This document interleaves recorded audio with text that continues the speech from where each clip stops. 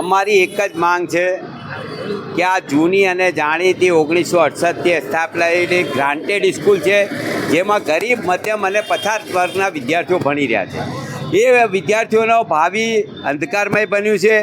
આજે એસ્ટેટ ખાતાને બહુ જે હોય તો જાઓ, મોલો ઉપર જાઓ, જર્જરિત મકાનો ઉપર જાઓ અને તમને જ્યાં લાગે ત્યાં આજે તમે પ્રાઇમરી સ્કૂલો ખોલી શકો છો સરથી જાય એનાથી, અને હોટલો ચાલુ કરી શકો છો, પણ જ્યાં શિક્ષણનું ધામ છે, સરસ્વતી માતાનું મંદિર છે, એ ખોલવા નથી માગતા। એના જેવી આ કમનસીબી ઘટના આખા ગુજરાતમાં ક્યારેય નથી બની। આજે 45 દિવસથી બંધ છે। 3.5 થી 4,000 વિદ્યાર્થીઓ રખડી રહ્યા છે અભ્યાસ વગર, અને જે લોકો નવા પ્રવેશ માટે આવી રહ્યા છે એ લોકો પણ વલખા મારી રહ્યા છે, અને જે લોકો ભણે છે એ લોકો અભ્યાસથી વંચિત છે, અને જે ગ્રેજ્યુએટ થયા છે એ લોકો પ્રવેશ માટે LLB હોય, M.Com હોય, B.Ed હોય, એનાથી બી એ લોકો વંચિત થયા છે, અને એ લોકો આગળ ભણી શકતા નથી।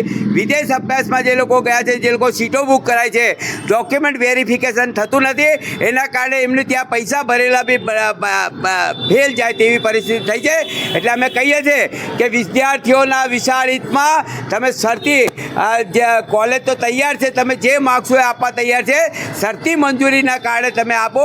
આ જે પણ એસ્ટેટ ખાતું કરી રહ્યું છે, કોઈના ઇશારે કરી રહ્યો છે, સ્થાપિત હિતો માટે કરી રહ્યો છે। હું ખુલ્લેઆમ ચેલેન્જ કરું છું કે તમે શિક્ષણના ધામમાં વ્યાપાર કરવા નીકળ્યા છો, તમે ક્યારેય સુખી નહીં થાઓ, અને તમારી સામે જ્યારે અમે ખુલ્લા પાડીશું ભ્રષ્ટાચાર, તો તમને ખબર પડશે કે શિક્ષણના ધામને અપવિત્ર કરવાનું અને અધર્મી બનવાનું શું પરિણામ આવે છે। ગઈકાલે કોર્પોરેશનનો આવેદનપત્રમાં આપવામાં આવ્યું, શું કીધું સાહેબ? મેયરશ્રીએ અમને ખાતરી આપી કે વિદ્યાર્થીઓના હિતમાં અમે કરીશું, પણ જે ડોક્યુમેન્ટ તમને માગવામાં આવે એ પૂર્તતામાં અમે કહ્યું કે તમે શરતી મંજૂરીથી સીલ ખોલી દો, અને જે પણ આપવાનું થાય તમે શરતી મંજૂરી એ સમયગાળાની અંદર તમે હોટલોને ખોલવા માટેની મંજૂરી આપો છો, બીજે અન્ય મોલોને એને બધાને આપો છો, તો આ શિક્ષણનું ધામ છે। 3.5 થી 4,000 વિદ્યાર્થીઓનો ભાવિનો સવાલ છે, એટલે આને તાત્કાલિક અસરથી ખોલવાની માગણી કરી હતી અને એમને ખાતરી આપી છે। હા, મારું નામ પ્રોફેસર લુસી મેડમ છે। આ છોકરાઓનું ભવિષ્ય બગડી રહ્યું છે, તમને શું લાગે છે? કોઈ કિન્નાખોરી રાખવામાં આવે છે કે જાણી જોઈને આ બધું કરવામાં આવે છે? એટલે કિન્નાખોરી હોય કે જાણી જવાનું, પણ આપણે ફાઇનલી જે થઈ રહ્યું છે તે સ્ટુડન્ટનું હિત થઈ રહ્યું છે। અત્યારે એવો સમય નથી કે આ કેમ થઈ રહ્યું છે, અત્યારે એ જ વિચારવાનું કે તાત્કાલિક આની શરૂઆત થાય। સિનિયર મોસ્ટ ટીચર હોવાના કારણે મેક્સિમમ છોકરાઓનો ફોન મારા પર આવે છે, અને વાલીઓ જે રીતે ચિંતિત છે એમને હું યોગ્ય જવાબ આપી શકતી નથી, કેમ કે અમે પ્રોફેસર્સ અમારી રીતે ખૂબ જ પ્રયત્ન કરી રહ્યા છે। ઓનલાઈન આશરે 4,000 થી 5,000 છોકરાઓ છે, અને અમે ઓનલાઈન લેક્ચર લઈએ છીએ।